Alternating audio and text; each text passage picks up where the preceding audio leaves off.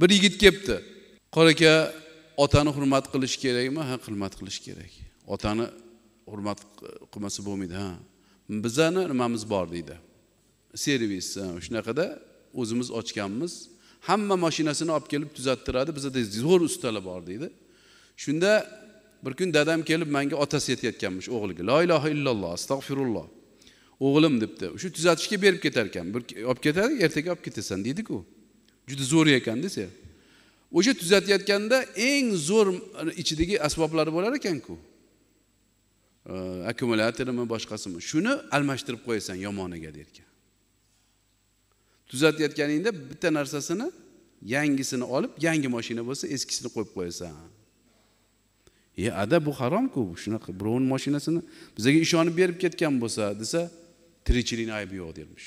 Shuni odamni aytganini qilamanmi deydi. Hech ham qilmaysan. La ta'ata li makhluqin fi ma'siyatil xoliq. Gunoh bo'ladigan ishda, masalan, dadangiz bor ichki mas qiladigan ichimlik olib kelib ber desa, olib kelib bermaysiz hech qachon.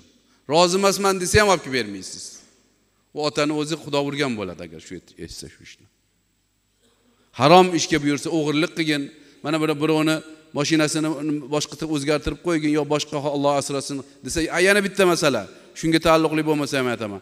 Ba'zi bir otalar emas, onalar xotiningni qo'ymasang rozi emasman deydi. Qo'ymaysiz, bekor etibdi. Hazrati Umar aytgan ekanlar-ku deydi.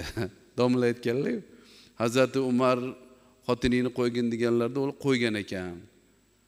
U Hazrati Umarmi siz adingiz debdilar. Bekordan bekorga otalar emas, ko'proq onalar shu ishni qilyapti. Qo'yasan, rozi bo'lmayman, qo'ymaysiz. Bekor et. U onangizga tushuntirasiz. Onajonim, meni bolam bor. Bu sizning nabirangiz, qo'ymayman deb yalinib yolvorasiz, qo'ymaysiz. Shariatni bilmagan odamlar shunaqa gaplarni aytsa, u ikki pul bilib qo'yinglar. Qur'oni Karimga, hadisga muvofiq kelmasa, ularning gapi ikki pul u, qanaqa gap bo'lsa ham. Mana buni yaxshi bilib olish kerak.